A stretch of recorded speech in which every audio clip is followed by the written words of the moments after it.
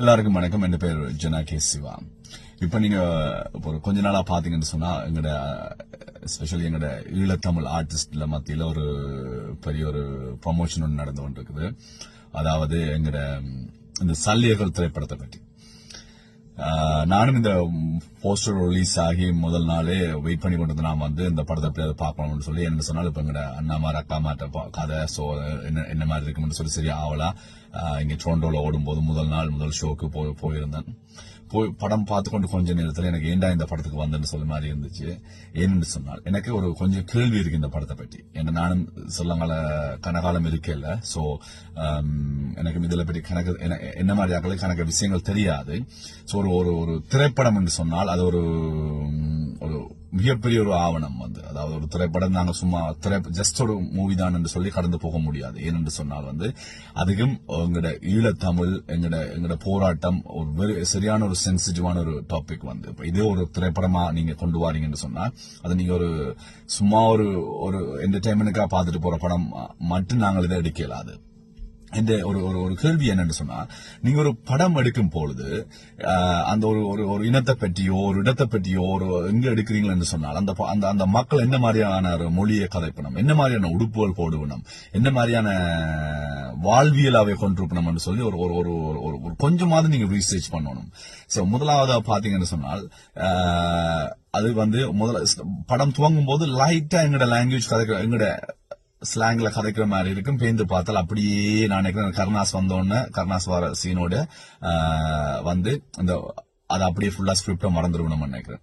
அப்படியே இந்தியாவுக்கு போயிடுது. சோ அது போராளிகள் கூட இந்தியன் பாசையில தான் கதைக்கிற மாதிரி மாறுது. அது ஒரு பக்கம் இருக்கட்டும். அடுத்து எங்கட இலங்கையில அது இலங்கை ஃபுல்லா இருக்கலாம், ஈழத்திலயா இருக்கலாம்.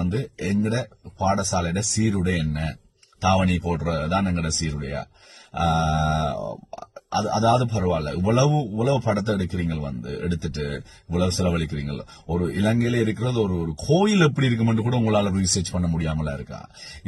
இதை கூட நான் ஓகே என்று சொல்லி என்னால ஜீர்ணிக்க முடிஞ்சது. இது ஒரு முக்கியமான ஒரு விஷயம் என்னன்னு சொன்னால், எனக்கு நீங்க இப்ப இதை பார்த்து கொண்டிருக்கிற அண்ணாமார் அக்காமார் அம்மாமார் ஆறாவது எனக்கு சொல்லுங்க, இலங்கையில தமிழீழ விடுதலை புலிகள் எந்த ஹாஸ்பிட்டல்ல ஆயுதத்துடன் நின்றவங்க என்று சொல்லி ஆயுதத்தோட பாதுகாத்து கொண்டு நின்றவேன்னு சொல்லி சொல்லுங்க. ஏன்னா இந்த இப்ப எங்கட கணக்க பேர் ப்ரொமோட் பண்ணணும். இந்த ப்ரொமோட் பண்றதுல அதுல ஒரு ஆள் கள போராளியே ப்ரொமோட் பண்றாராம். சோ அந்த போராளிட்டே நான் கேட்கிறேன், நீங்க என்ன நீங்க எங்களுக்கு இதை சொன்னீங்கன்னு சொன்னா எங்களுக்கும் கொஞ்சம் அண்டர்ஸ்டாண்டிங்கா இருக்கும். ஒவ்வொரு யாரும் கதைக்கும் பொழுது கூட நான் இதைத்தான் கதைக்கிறேன் மாதிரி இருக்கும். சோ எங்களுக்கு ஒரு தெரியாதபடியா தான் நான் உங்கள்ட்ட இந்த கேள்வியை கேட்கிறேன். எந்த ஹாஸ்பிட்டல்ல எந்தெந்த இடங்கள்ல தமிழீழ விடுதலை புலிகள் துவக்கோட நின்றவேன்னு சொல்லி ஏனென்று சொன்னா சொல்லுங்க பாப்போம். அப்படி நீங்க துவக்கோட நின்றவேன்னு சொல்லி ஆவணப்படுத்தி இந்த எங்கட திரையுலக ஜாம்பவான்களும் இதை ப்ரொமோட் பண்றீங்களோ அப்படின்னு சொன்னால் அப்ப ஸ்ரீலங்கன் கவர்மெண்ட் ஹாஸ்பிட்டல் எல்லாத்துக்கும் பாம்பு பண்ணது அப்ப சரி. ஏனென்று சொன்னால் அவன் டைகர்ஸ் ஓப்பனோட நின்றாங்க. சோ நாங்கள் கேம்ப் பண்ணதான் அடிச்சாங்க. அப்ப என்னவோ ஒன்று சொல்லித்தான் நாங்க பாம்பு பண்ணாங்கன்னு சொல்லி நீங்க அதுக்கு ஒரு ஃபுட்டேஜ் ஒன்றை கிரியேட் பண்ணிக்கிறீங்க. அதுக்கு நாங்களும் அதாவது இந்த படத்தை ப்ரொமோட் பண்றாங்களா பாத்தீங்கன்னு சொன்னால் இங்க எத்தனையோ பேர் எங்கட இளத்து படைப்பாளிகள் திரைப்படங்கள் எடுத்திருப்போம். ஆனால் ஒரு தரம் அதுக்கெல்லாம் எந்த வித ப்ரொமோஷன் செஞ்சிருக்க மாட்டோம், அது கணக்கே எடுத்திருக்க மாட்டோம். ஆனா இதுக்கு லொடுக்கு பாண்டி இளத்தாதரவாளர் லொடுக்கு பாண்டி அப்படி செஞ்சார், கருணாஸுக்கு இவ்வளவு தேசப்பட்டு இவ்வளவு அந்த பட்டு இந்த பட்டு அப்படி இல்லாம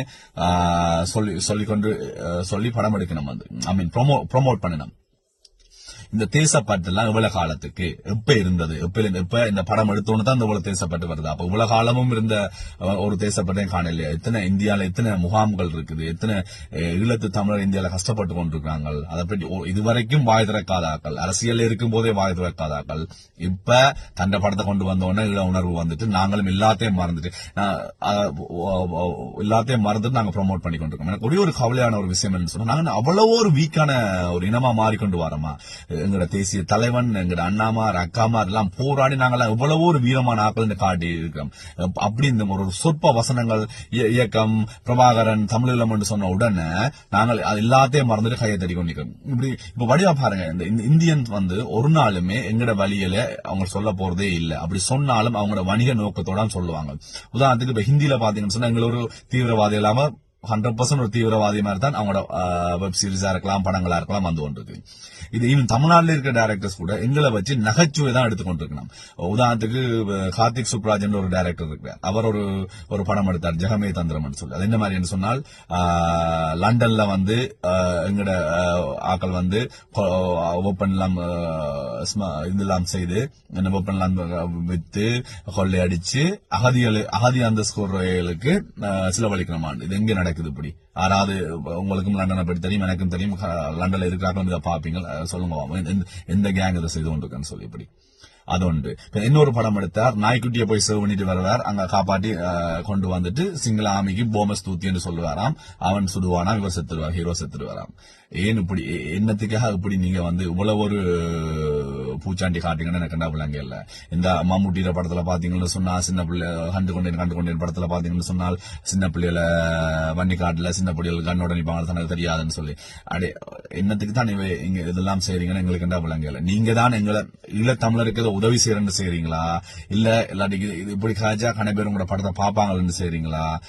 உண்மையா விளங்கல. ஆனா அவங்க எல்லார்ட்டையும் நான் ஒரு தாழ்மையா கேட்டுக்கொள்றேன். கருணாஸ் ஐயாவா இருக்கலாம், ஈவன் இந்தியாவில இருக்கிற பொலிட்டீஷியனா இருக்கலாம், எல்லாருமே உங்க எல்லாருமே எங்கட தலைவனையோ இல்லாட்டி எங்கட மண்ணையோ இல்லாட்டி எங்கட இனத்தையோ நீங்க நேசிக்கிறதுக்கு உங்களுக்கு எந்தவித தடையும் இல்லை.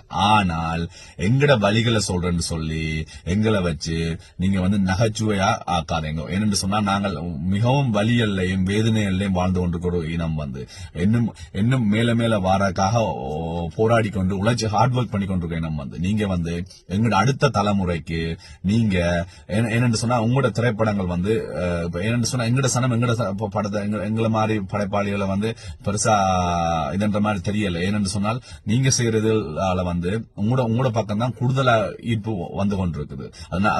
அது வேற டாபிக், அதை நான் கதைக்க வரையில. ஆனாலும் தயவு செய்து நீங்க வந்து உங்களுக்கு மணி மேக் பண்ணணும்னு சொன்னா திங்க் சம்திங் டிஃப்ரெண்ட். நீங்க ஒரு ஏதாவது யோசிச்சு ஒரு ஏதாவது படம் எடுங்க, ஆனா எங்கட வழிகளை வச்சு விளையாடாதீங்க என்று சொல்லி உங்களை தாழ்மையா கேட்டுக்கொள்றேன்.